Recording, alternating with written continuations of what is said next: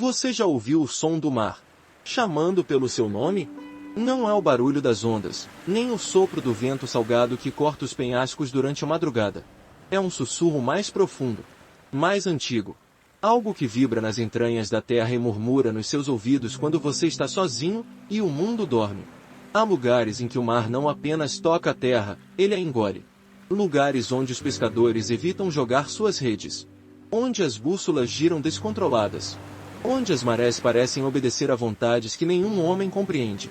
Em um desses lugares, a água fala. E ela quer ser ouvida. Os moradores de Vila Branca sabiam disso. Uma vila isolada no litoral norte, com casas de madeira que rangiam como ossos velhos, cercada por rochas negras e águas fundas que pareciam esconder olhos. A maioria das casas estava vazia. As poucas janelas ainda com vidro eram cobertas por tábuas cruzadas, não contra ladrões, mas contra o que vinha da costa nas noites de maré cheia. Ninguém falava sobre isso. Apenas fechavam suas portas com mais trancas do que o necessário. E oravam. Alguns gritavam em sonhos. Outros sumiam sem deixar rastros, levados pela neblina, diziam. Mas isso era antes da chegada de Gabriel. Ele veio de fora, atraído por um estranho chamado que ele mesmo não entendia. Um som que o perseguiu por semanas. Um eco constante no fundo de seus pesadelos. Palavras sem sentido, cantadas em uma língua esquecida. Venha. Volte. Lembre-se. Quando ele pisou nas areias frias de Vila Branca, o vento soprou diferente. O céu fechou como se uma mão gigante o cobrisse. E o mar? O mar parecia sorrir. Algo esperava ali. Algo antigo. Algo que ele já havia ouvido antes, em outra vida, talvez. Ou num tempo enterrado nas profundezas da mente humana, onde só restam instintos e medo. E enquanto a neblina se formava lentamente sobre as águas escuras, a voz voltou a chamá-lo. Agora mais clara. Mais próxima. Gabriel. Se gostar dessa história, confira outras aqui do canal e comente o que achou. Se inscreva no canal. Ative o sininho. E fique até o final, o mar também pode estar chamando você. Vila Branca era um lugar esquecido até pelos mapas. O tipo de lugar onde o tempo parece escorrer devagar, como sangue frio em pedra úmida. Aninhada entre falésias escuras e uma faixa de areia fina e pálida, a vila vivia em constante penumbra. O céu, mesmo nos dias claros, parecia nevoado por uma cortina opaca que tornava todas as cores esmaecidas, como se Deus tivesse deixado o pincel ali sem terminar o quadro. Casas de madeira escura, algumas quase desabando com o tempo, se alinhavam em um desorganizado semicírculo diante da baía. As janelas, se não estivessem quebradas ou cobertas, revelavam interiores vazios, sombras imóveis e silêncios inquietantes. Ninguém sorria. Ninguém acenava. Apenas observavam, como se cada visitante fosse um intruso em algo muito mais antigo do que ele podia compreender. Gabriel chegou de mochila nas costas, casaco grosso, e a expressão tensa de quem não sabe se está procurando alguma coisa, ou fugindo de algo. Era pesquisador independente, obcecado por fenômenos acústicos e frequências naturais. Durante meses, havia coletado ruídos submarinos captados por estações sísmicas na costa do Atlântico Norte. Um som se repetia com um padrão impossível, como uma voz entre as ondas. Não era baleia. Não era movimentação geológica. Era algo vivo. Ele rastreou o som até o litoral do Brasil. Mais especificamente, até a esquecida Vila Branca. Não havia estrada. Apenas uma trilha costeira entre penhascos perigosos, acessível a pé ou por barco. Era o tipo de lugar que não recebia turistas, e onde os próprios moradores pareciam ter medo de morar. Assim que pisou na vila, sentiu um desconforto estranho no ar. Não era só o cheiro salgado do mar e da alga, era um aroma úmido, metálico, como de carne deixada na água por dias. O vento parecia empurrá-lo para dentro, não afastá-lo. E por algum motivo que ele não conseguia explicar, aquilo o tranquilizava. Como se estivesse voltando para casa. A primeira noite foi silenciosa demais. Ele dormiu em uma antiga pensão abandonada, onde pagou a um velho chamado César para deixar uma cama disponível. O homem apenas o encarou por longos segundos antes de responder com voz rouca. Se for dormir aqui, tranca bem a janela. E não responda se ouvir alguém te chamar. Gabriel riu, achando que era só superstição de pescador. Mas à meia-noite, quando a maré começou a subir, ele acordou com o som de algo raspando a janela. 3 batidas. Depois silêncio. E então, como se o vento estivesse sussurrando bem perto. Gabriel, você voltou. Ele congelou. Do lado de fora, só o breu da neblina. Mas ele sabia, não estava sozinho ali. No dia seguinte, tentou perguntar aos moradores sobre a origem daquele som. Ninguém respondeu. Alguns se afastaram.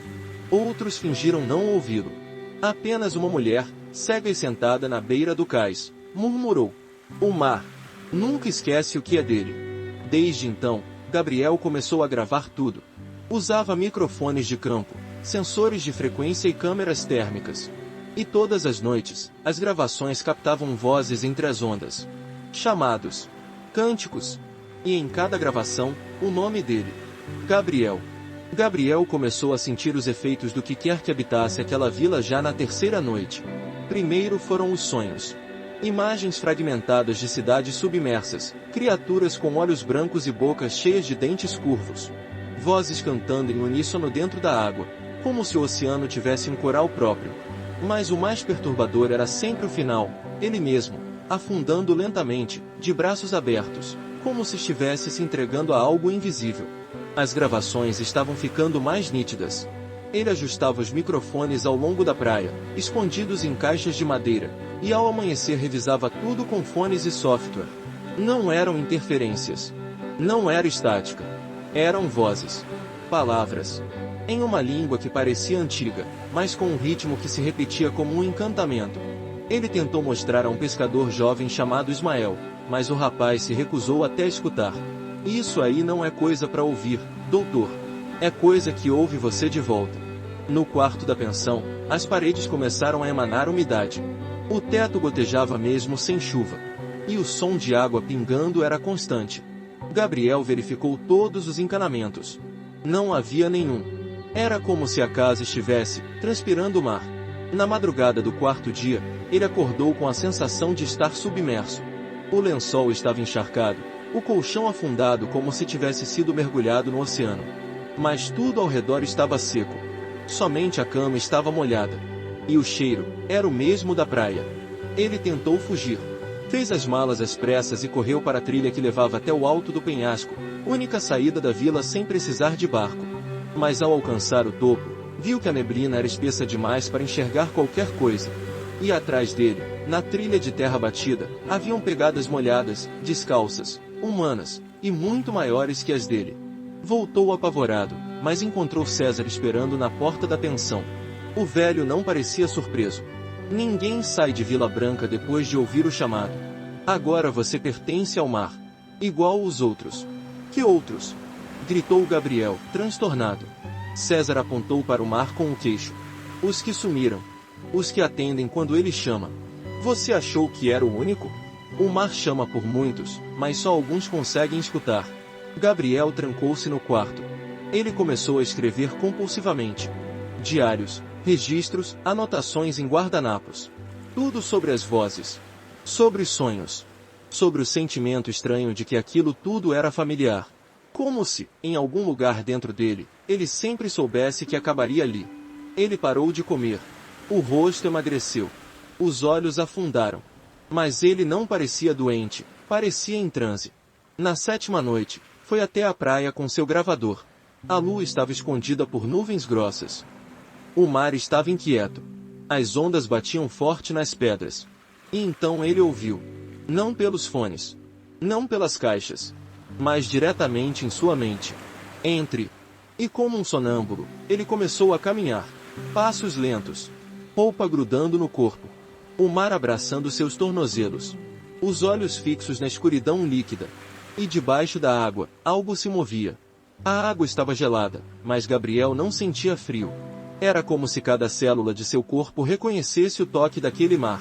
Ele caminhava cada vez mais fundo, com os olhos abertos e vazios, como se a consciência tivesse sido arrancada e apenas um corpo obediente seguisse adiante. As ondas batiam contra seu peito, depois o queixo, até que ele mergulhou. O mar o recebeu como um filho perdido. Abaixo da superfície, tudo estava claro. Não havia a escuridão que o comum esperaria das águas profundas. Pelo contrário, um brilho estranho vinha do fundo. Azul, esverdeado, pulsante. Como se o próprio oceano tivesse artérias e coração. E ali, no fundo da baía de Vila Branca, ele viu ruínas, colunas de pedra cobertas de limo, escadas que levavam a lugar nenhum, estátuas deformadas de criaturas humanoides com tentáculos no lugar do rosto, olhos esculpidos em paredes submersas, todos olhando para o mesmo ponto, um altar circular, encravado no centro da cidade submersa. E no altar, algo esperava. Era enorme, mas movia-se com lentidão. Sua forma era instável, ora sólida, ora líquida. Era como se a própria água ganhasse carne. O rosto era humano, mas sem pele. A boca era larga demais. Os olhos não tinham íris, apenas escuridão. Ela estendeu a mão para Gabriel. E ele nadou até ela, sem resistência. Quando tocou sua pele, visões invadiram sua mente. Povos antigos sacrificando corpos na beira do penhasco. Crianças entregues ao mar em noites de tempestade. Homens e mulheres que ouviam o chamado e se afogavam por vontade própria. Porque ali, nas profundezas, encontravam propósito. A coisa falou sem boca. Você nasceu do meu sussurro. Gabriel tentou gritar, mas sua boca não se movia. As bolhas de ar subiam, lentas, como se o tempo estivesse parado. Seu corpo começava a queimar por dentro. As veias vibravam. Os olhos sangravam. Mas ele não morria. A criatura sussurrou outra vez. Agora seja minha voz. E então, ela entrou dentro dele. Não como um espírito, mas como uma força viva. Como se sua carne fosse moldada para hospedá-la. Ele flutuou por um segundo, e depois emergiu da água com um grito inumano que ecoou por toda a costa. Na vila, cães uivaram. Crianças começaram a chorar em suas camas. A velha cega no cais levantou-se pela primeira vez em anos, e se jogou no mar sorrindo. Gabriel saiu da água, mas não era mais Gabriel. Seus olhos estavam negros. Seus passos afundavam na areia como se pesasse o triplo. Em suas costas, algo pulsava sob a pele, como brânquias tentando nascer. E enquanto caminhava pela vila, uma por uma, as janelas começaram a abrir. Os moradores sabiam. O chamado havia sido atendido. O novo sacerdote do mar havia retornado. O novo dia amanheceu sem sol. Uma neblina espessa cobria a vila como um véu fúnebre. As ondas batiam nas pedras com uma cadência estranha, quase rítmica, como um tambor distante marcando o compasso de algo que se aproximava. O mar não era mais apenas uma presença ao fundo. Ele era agora parte da vila. O limite entre a terra e a água havia se dissolvido. Gabriel caminhava pela praia, mas seu corpo já não era inteiramente humano. A pele estava pálida e translúcida em algumas partes. As veias brilhavam sob a epiderme como rios azuis. Os olhos estavam sempre úmidos, e os ouvidos pareciam captar coisas que os outros não percebiam. Ele falava pouco, e quando falava, era em uma língua esquecida, feita de sons guturais e sussurros salgados. Os moradores começaram a mudar também. No início, era apenas comportamento. Dormiam mais durante o dia. Evitavam a igreja abandonada. Passavam horas diante do mar, em silêncio. Depois, vieram os sinais físicos. Alguns começaram a andar descalços, mesmo no frio cortante. Outros não piscavam mais. E alguns, simplesmente sumiam. Mas ninguém os procurava. Ninguém perguntava. Era como se o desaparecimento fosse parte de um pacto não verbalizado. Gabriel tornou-se um tipo de sacerdote. Todas as noites, ele ia até o mesmo ponto da praia e sussurrava para o mar. Às vezes respondia. Outras vezes, apenas ficava de joelhos, como quem ouve instruções.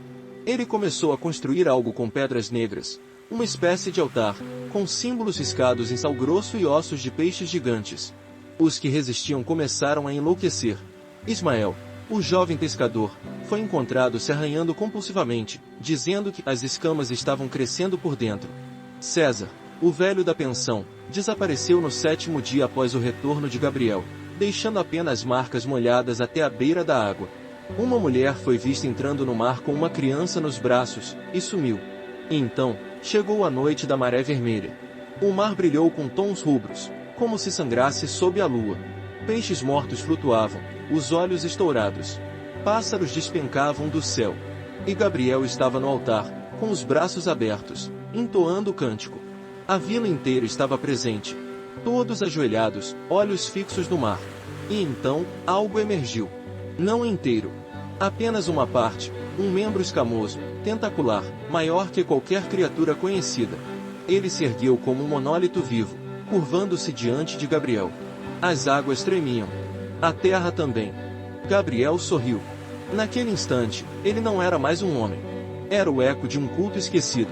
A reencarnação de um servo antigo. Um arauto de algo que dormia sob o abismo desde antes do tempo ser contado. E o mar falou. Não com som, mas com presença. Com peso. Com terror. Na manhã seguinte, Vila Branca não estava mais no mapa. Nem nos satélites. Nem nas memórias daqueles que viviam ao redor. Era como se nunca tivesse existido. Mas, em noites muito silenciosas, em praias desertas, algumas pessoas ainda ouvem alguém chamando pelo nome delas vindo do mar. Você já se perguntou o que o mar guarda nas profundezas? Já se pegou encarando o horizonte sem motivo, como se algo, ou alguém, estivesse olhando de volta? Talvez você pense que tudo que existe no oceano pode ser medido em mapas, estudado em laboratórios, explicado por ciência. Mas e se eu te dissesse que há forças antigas demais para serem catalogadas? Entidades que dormem sob as ondas, esperando apenas uma voz, um nome, um sinal. O chamado do mar não foi apenas uma história. Foi um aviso. Gabriel não era especial. Ele apenas ouviu. E respondeu. E o que o mar deu a ele, não pode mais ser desfeito. Afinal, o mar não leva, ele toma. E quando toma, transforma. Quantas outras Vila Branca existem por aí? Quantos outros Gabriéis estão ouvindo vozes em seus sonhos agora mesmo? Se, por acaso, você ouvir seu nome sendo sussurrado pelo som das ondas, não responda. Feche as janelas. Tranque as portas. E nunca, jamais, vá até a praia à noite. Porque quem responde ao chamado, nunca volta mesmo. Ou, talvez, nem volte. Se gostou dessa história, confira outras aqui do canal e comente o que achou. Se inscreva no canal. Ativa o sininho. E cuidado com o mar. Às vezes, ele não está apenas chamando, está escolhendo.